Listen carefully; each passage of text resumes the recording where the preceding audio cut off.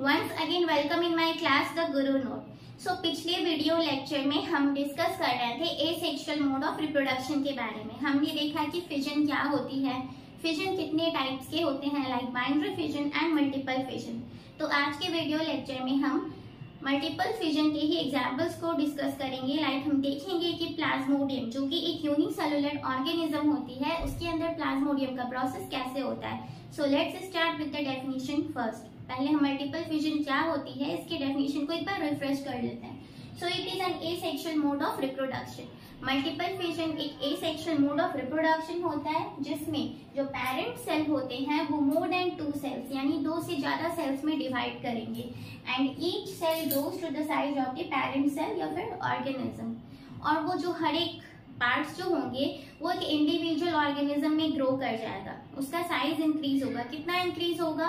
तो जो ओरिजिनल और जो पेरेंट सेल थे उसी के साइज के जितना बड़ा वो ग्रो करता है और आगे जाके वो मेच्योर हो जाते हैं। इतने मेच्योर हो जाते हैं कि वो सारे जो इंडिविजुअल डाउटर सेल्स बन के तैयार हुए वो भी फिर रिप्रोडक्शन के लिए कैपेबल हो जाएंगे, वो भी रिप्रोडक्शन करने के लायक बन जाते हैं। सो मल्टीपल फिजन में क्या होता है, जो पेरेंट ऑर्गेनिज्म होती है वो 2 से ज्यादा पार्ट्स में डिवाइड करते हैं और हर एक पार्ट जो है वो एक इंडिविजुअल ऑर्गेनिज्म में ग्रो कर जाएगी, मैच्योर कर जाएगी, जो फर्दर जनरेशन को आगे बढ़ाने के लिए रिप्रोडक्शन करने के लिए एलिजिबल हो जाते हैं यानी कि कैपेबल हो जाते हैं। ठीक है, तो ये मल्टीपल फिजन जो है इसका सबसे बेस्ट एग्जाम्पल हमने देखा था कि प्लाज्मोडियम के अंदर होता है।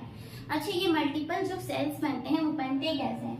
तो मल्टीपल फिजन के अंदर क्या होता है ना, जो पेरेंट सेल का न्यूक्लियस होता है, पेरेंट सेल का जो न्यूक्लियस होता है उसमें रिपीटेड नंबर ऑफ डिविजन्स होंगे यानी उसमें बार बार डिवीजन होगा।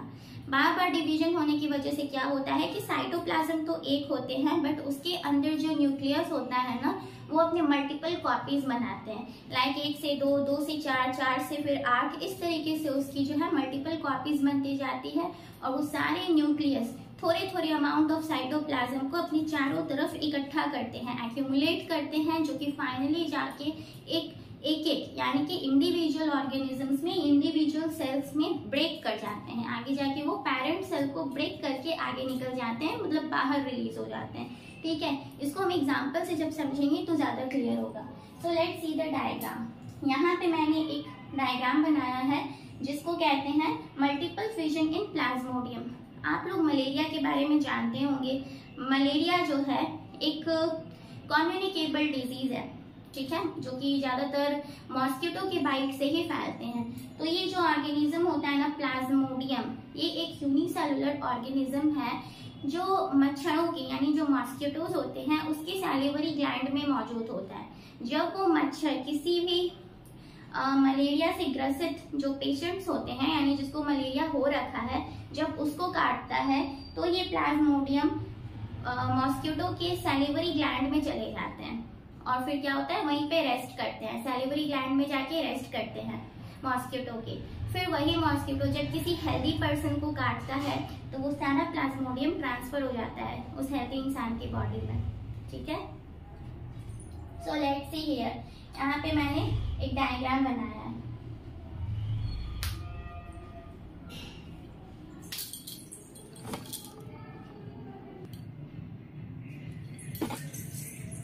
तो यहाँ पे आप देख सकते हैं मैंने एक डायग्राम बनाया है जो कि प्लाज्मोडियम का है। ठीक है, तो ये 3 स्टेप में जो है यहाँ पे मल्टीपल फिजन को दिखाया गया है। स्टेप नंबर 2 जो है ये पेरेंट सेल है। ठीक है, ये प्लाज्मोडियम का पेरेंट सेल है जिसमें ये बीच का जो पार्ट है जो मैंने ब्लैक से दिखाया है ये न्यूक्लियस है और ये जो डॉटेड स्ट्रक्चर मैंने दिखाया है डॉट डॉट लाइक, इसे हम कहते हैं साइटोप्लाज्म।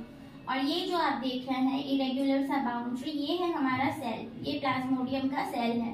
ठीक है, और ये जो आप देख रहे हो बाहर से ये वाला पोर्शन, ये पूरा पोर्शन, ये एक थिक वॉल होता है जिसे हम सिस्ट कहते हैं।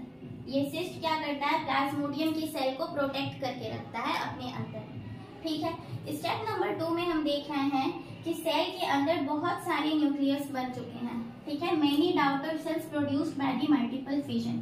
ये जो एक न्यूक्लियस था ना इसके अंदर रिपीटेड डिवीजन हुआ यानी कि बार बार डिवीजन हुआ और इस डिवीजन की वजह से क्या हुए, मल्टीपल न्यूक्लियस बन गए। ये सारे न्यूक्लियस अपने चारों तरफ थोड़े थोड़े अमाउंट ऑफ साइटोप्लाज्म को कलेक्ट करते हैं, एग्रीगेट करते हैं और छोटे छोटे मल्टीपल सेल्स बना लेते हैं, जो कि मैंने यहाँ पे लिखा है many daughter cells produced by the multiple fission. And step number 3 में क्या हुआ कि ये जो मैंने यहाँ पे सिस्ट दिखाया था, ये प्रोटेक्टिव वॉल ये ब्रेक कर जाता है, ठीक है, इसलिए यहाँ पे फिगर में नहीं है, डायरेक्ट मैंने यहाँ पे दिखा दिया है सेल को ही, बट यहाँ पे सिस्ट भी था। यहाँ पे इस तरीके से इरेगुलर बाउंड्री में एक सिस्ट भी मौजूद था। ये सिस्ट ब्रेक हुआ तो क्या हुए, अंदर जितने भी मल्टीपल डॉटर सेल्स थे वो एटमॉस्फेयर में रिलीज हो गए, ठीक है। सो इस तरीके से क्या हुआ, एक मल्टीपल फिजन का प्रोसेस कंप्लीट हुआ प्लाज्मोडियम के अंदर। तो हम जानते हैं कि मलेरिया एक बहुत ही कॉमन सा कम्युनिकेबल डिजीज है, जो कि मॉस्किटो की बाइट से ज्यादातर फैलता है। ये जो प्लाज्मोडियम होता है ना, किसी भी मलेरिया पेशेंट के अंदर होता है, उसके ब्लड में मौजूद होता है।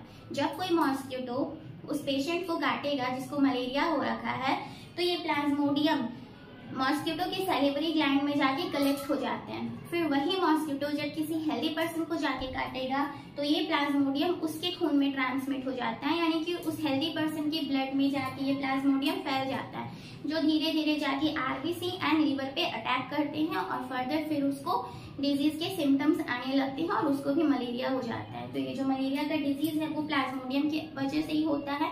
एंड इसके 3 वेरिएंट होते हैं, जिसमें से जो सबसे खतरनाक और जो सबसे रिस्की वाला वेरिएंट होता है उसे हम कहते हैं पी फैल्सीपेरम, यानी कि प्लाज्मोडियम फैल्सीपेरम, जिसकी वजह से ये मलेरिया होती है। वो भी मैं यहाँ पे लिख देती हूँ, पी फैल्सीपेरम, फैल्सीपेरम यानी कि प्लाज्मोडियम फैल्सीपेरम। ये क्या है, ये हमारा मलेरिया काउजिंग प्लाज्मोडियम होता है, ठीक है, जिसकी वजह से मलेरिया का डिजीज होता है। So this was all about the multiple fission. तो मल्टीपल फिजन क्या होता है ये हमने समझा, उसके अंदर न्यूक्लियस कैसे रिपीटेडली डिवाइड करके मल्टीपल कॉपीज बना लेती है वो भी हमने देखा। उसके बाद सबसे बेस्ट एग्जांपल हमने देखा कि प्लाज्मोडियम होती है जिसके अंदर ये मल्टीपल फिजन पाया जाता है। किस तरीके से होता है वो हमने आपको डायग्राम के थ्रू समझा दिया। स्टेप नंबर 1 में मैंने दिखाया कि ये पेरेंट सेल था प्लाज्मोडियम का। स्टेप नंबर 2 में क्या हुए, मल्टीपल न्यूक्लियस बने और वो चारों तरफ थोड़े थोड़े अमाउंट ऑफ साइटोप्लाज्म को लेके सेल्स में कन्वर्ट हो गया।